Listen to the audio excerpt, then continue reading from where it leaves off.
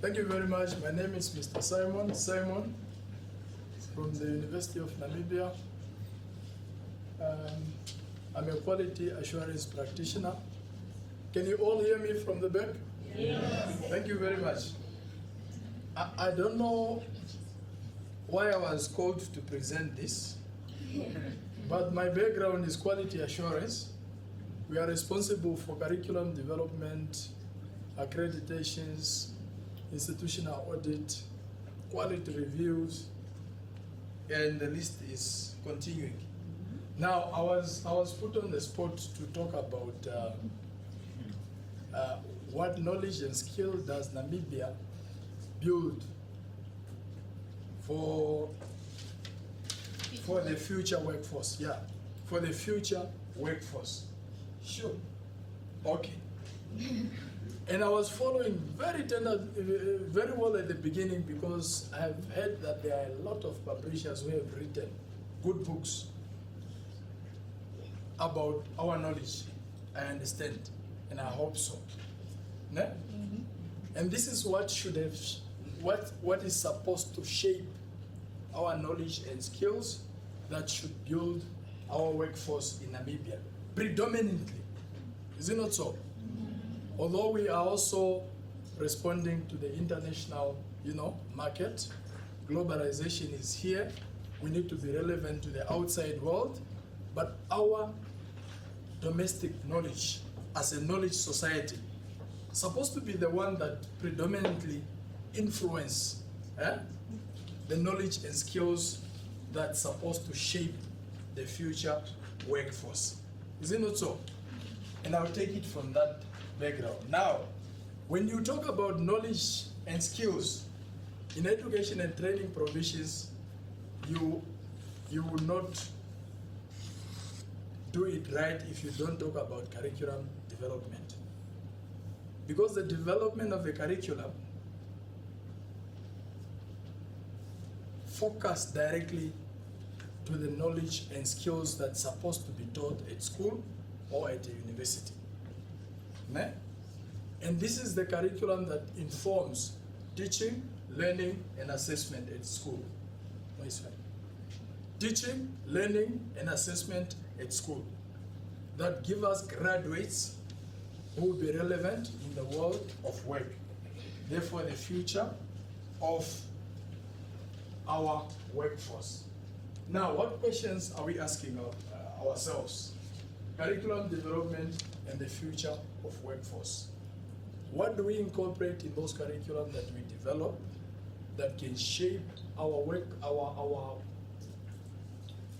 students or our learners to become the best students in the world of work? The question is, what are the transformative mechanisms that we put in place to realize today the fourth industrial revolutions for the future workforce as we develop our curriculum? In the past, you found the curriculum is already developed. If it's history, it's history. You don't even ask where is it coming from. You just learn and go. Now, if it's English, the articles have got some, background informations that are not familiar, but you are not involved in the development of the curriculum. But you always have got the questions. Now, I'm happy that we have got books that are written by our fellows that can also inform some of these articles as we go. But the next question is also, can we at least have 1/3 of this knowledge and skills that we publish here, incorporated in our curriculum for us to respond to the future of the job requirements? Knowledge society.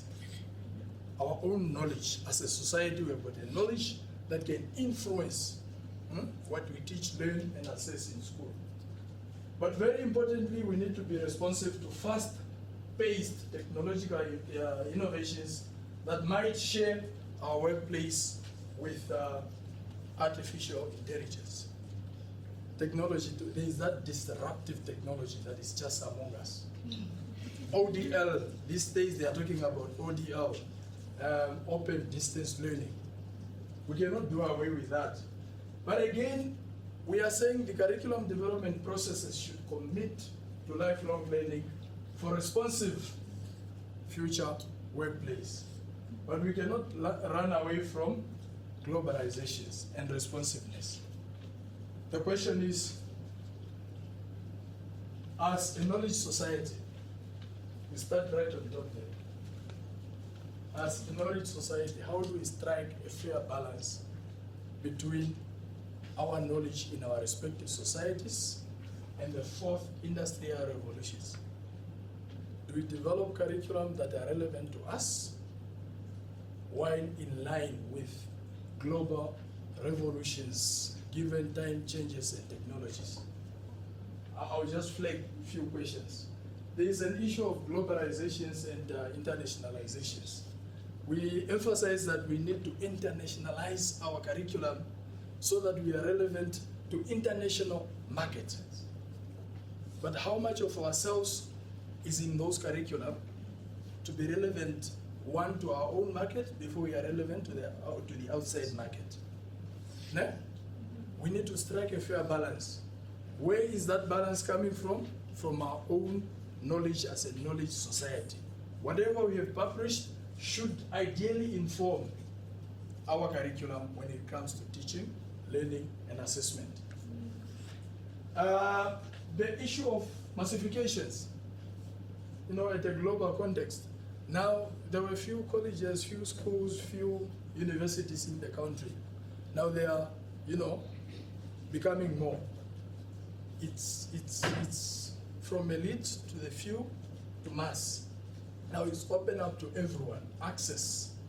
Now how can we deal with the issue of massifications now that we can publish also? The demand becomes very diverse. You are dealing with very diverse, students or learners in a class.